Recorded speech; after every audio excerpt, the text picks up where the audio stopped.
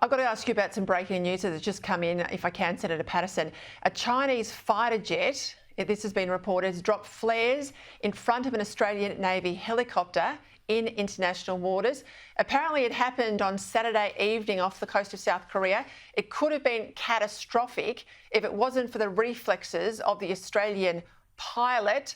Richard Marles has now called this unacceptable, but we're only finding out about it now, of course.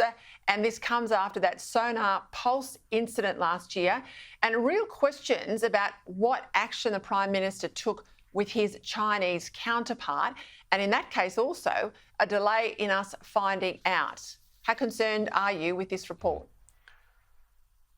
I'm very concerned. HMAS Hobart was in the Yellow Sea enforcing United Nations sanctions against the North Korean government. They were in international waters, not in China's waters, and the People's Liberation Army Air Force has taken an extremely dangerous, coercive step here and put the lives, again, of Australian serving personnel in danger. This should not be allowed to happen, and the Australian government must be incredibly robust in our response. I want to know what the Prime Minister has done about this, because last time he abrogated his responsibility to our men and women in uniform by failing to raise it directly with Xi Jinping when he had the opportunity. Have they convened the National Security Committee of Cabinet? What representations have been made to the Chinese government, and at what level?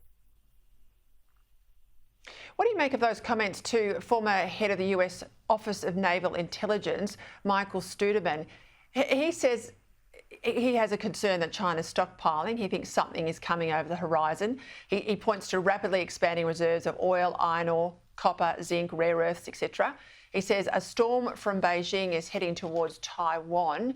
I mean, he's concerned. Are we concerned, or should we be concerned? We need to take warnings like this very seriously, as well as others that have been made by the US Indo-Pacific Commander, Admiral Aquilino, by our ambassador to Washington DC, Kevin Rudd, who've all said that conflict in our region is foreseeable in just the next few years.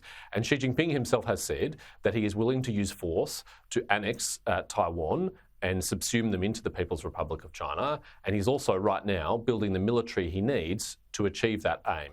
Now, I'm not suggesting that there is going to be war imminently, but we have to be prepared for the possibility of conflict, because it would be utterly detrimental, obviously, to the people of Taiwan, but also Australia and our interest in the region. And our interest is the maintenance of the peaceful status quo. That's the rationale for AUKUS. That's why we're trying to invest in deterrence to contribute to the prevention of conflict in our region. And yet what that requires is a government that understands the seriousness of the moment we're in and is willing to invest accordingly. And we haven't seen that yet from this government.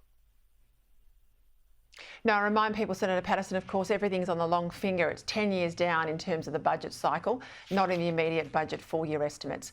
Thank you for your time, Senator.